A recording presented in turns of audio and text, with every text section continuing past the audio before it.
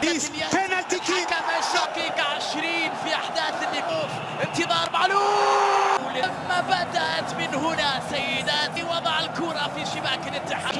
هذه اللقطة مرة وثانية لمسة يد. وبعد ذلك بعد ركلة جزاء فرصة مع هذه اللحظة بنزيما كريم من علامة الجزاء تألق في العديد من المباريات الكبيرة.